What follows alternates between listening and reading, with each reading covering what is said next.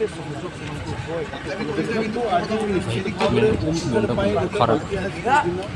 माननीय मुख्यमंत्री निजे आज को परिदर्शन कले एवं तांकर कर कमल आज स्टाफ मान क्वार्टर मिल्क फैन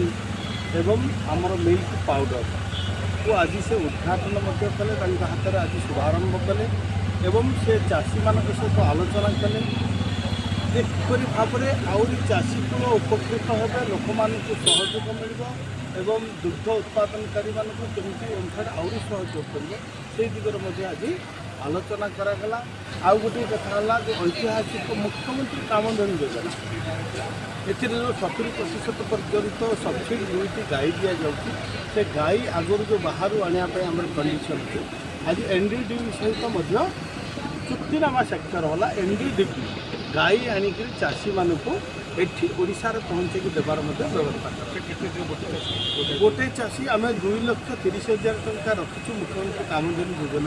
से सब्सिडी हूँ 70% अर्थात 1,61,000 पर्यंत से सब्सिडी रही एवं से गाई हृष्टपुष्ट होगापी से गाई रक्षण विक्षण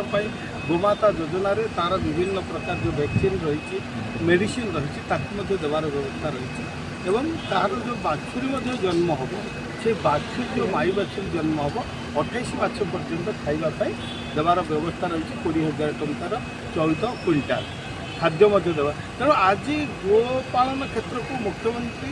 अनेक प्रोत्साहन दौरान धन्यवाद देवी आम प्रिय मुख्यमंत्री श्री मोहन चरण माझी को जो भाई भाव में स्वतंत्र भाव में ओमफेड को सहायता एवं गोपालक मानक दुग्ध उत्पादनकारी मानक आउरी से सहयोग एवं आगु को ओमफेड को आउरी आग को नेबाई समस्त प्रकार सहयोग हाथ बढ़ाई सरकार आज निज मुख्यमंत्री प्रतिश्रुति देते एवं आगामी दिन में ओमफेड आउरी सशक्त ग्रामांचल